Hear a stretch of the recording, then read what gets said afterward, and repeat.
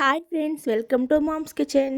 ఇప్పుడు గోరుచిక్కుడు మసాలా కర్రీ ఎలా చేయాలో చూద్దాం.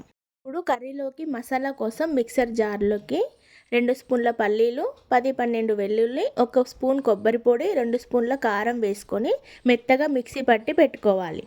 నేను పల్లీలని వేయించి తీసుకున్నాను. స్టవ్ ఆన్ చేసుకొని ఒక కుక్కర్ పెట్టుకొని అందులో 2 టేబుల్ స్పూన్ల ఆయిల్ వేసుకోవాలి. ఆయిల్ హీట్ అయిన తర్వాత 1/2 స్పూన్ జీలకర్ర, కొద్దిగా ఆవాలు, కట్ చేసి పెట్టుకున్న ఒక ఆనియన్, పచ్చిమిర్చి, కరివేపాకు, అల్లం, పసుపు కూడా వేసుకొని ఫ్రై చేయాలి. ఆనియన్స్ ఫ్రై అయిన తర్వాత 2 టమాటాలు కట్ చేసి పెట్టుకున్నవి వేసుకొని కలుపుకొని మూత పెట్టి ఒక 5 నిమిషాలు ఉడికించుకోవాలి.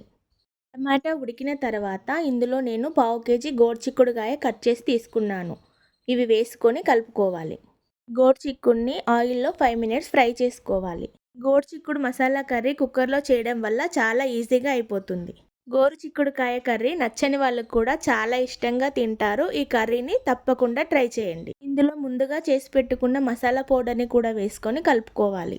ఇప్పుడు ఇందులో టేస్ట్కి సరిపడా సాల్ట్ వేసుకొని 2 గ్లాసుల వాటర్ వేసుకొని మూత పెట్టి 3 విజిల్స్ వచ్చేంత వరకు ఉడికించాలి. విజిల్స్ అయిపోయిన తర్వాత మూత తీసి ఇందులో కొత్తిమీర వేసుకొని కలుపుకోవాలి.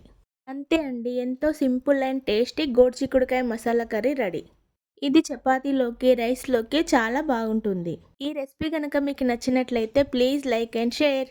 ఇలాంటి మరిన్ని రెసిపీస్ కోసం మా ఛానల్ని సబ్స్క్రైబ్ చేసుకోండి. Thanks for watching.